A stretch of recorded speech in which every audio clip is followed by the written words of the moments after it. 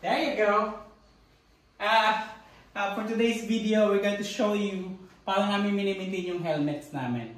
Especially yung seal, yung rubber seal. Rubber seal. This one. Tanigas na. Tutang yun na wala ako. Sorry. Ano ba yun? Ano siya sa? Joe, pag-uusapan natin yung maintenance ng seal. Yung yung pag-maintenance ng helmet. Especially itong rubber seal. Pakilapit.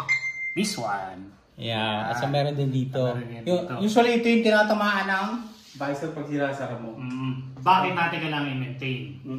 Kasi may tendency siyang tumigas in the long run. So kailangan natin siya i-maintain para ma-maintain yung pagiging malambot niya at yung proper seal niya.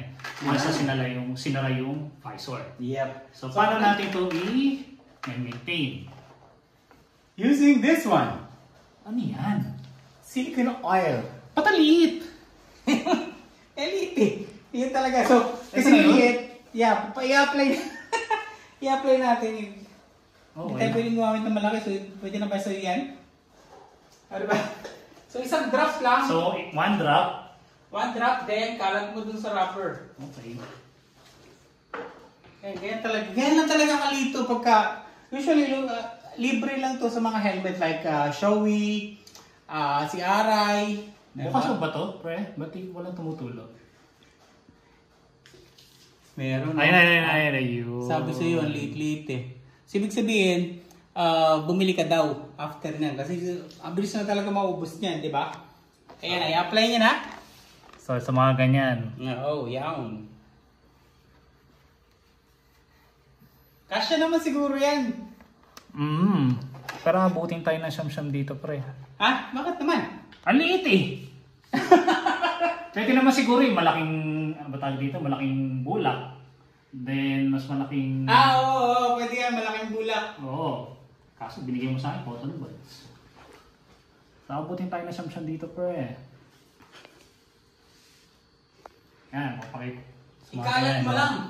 Yes. Kalat lang yan dyan. Sabi mo gagamit ka ng bulak. Ang laki-laki nito. Palit-lito, mag-one drop ka lang. Paano yun? Diba? Okay. Ganyan lang. Yeah, yung mga sealant na yan. Yan. So how often ba gagawin? Pag nakita nyo ng dry na siya, apply ka na ulit. Apply na. So bibili ka talaga ng maliit na yun. Maliit kasi talaga. Nakailang drop ka na. Pwede naman siguro isa lang. Makapangatlo na nga ito. Kasi parang natutuyo na siya. Ay, ganon? Yes. Okay. So mauubos talaga yan, ano? Ayun, so yun lang naman. So ganun lang, ulit-ulit lang. Sabihan mo lang ako pag tapos na. Yes. Actually, malapit ang matapos dito sa baba. Part. Okay. That's good. Tapos mamaya, doon lang sa taas. Upper part. Mas madaling natin yung yung tawag dito. Yung cotton buds para sa mga singit-singit. Okay.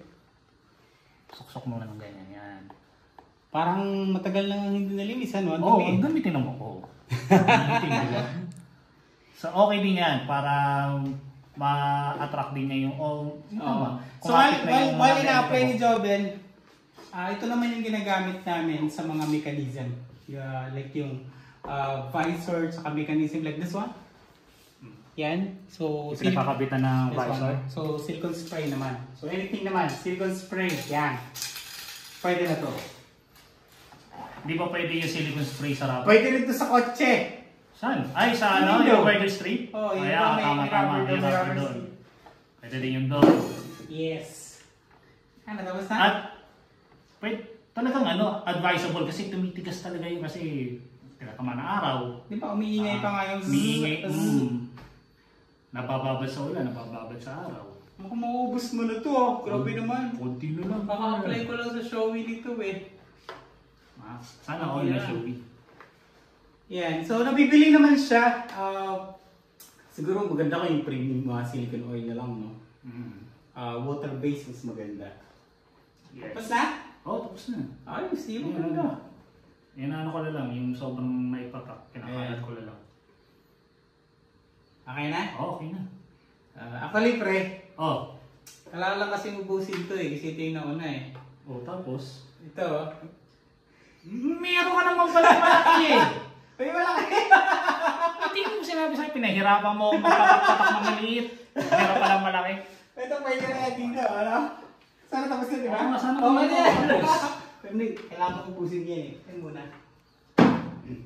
So, silicone oil Yep. for your needs. Yep. Okay, that's all. Bye.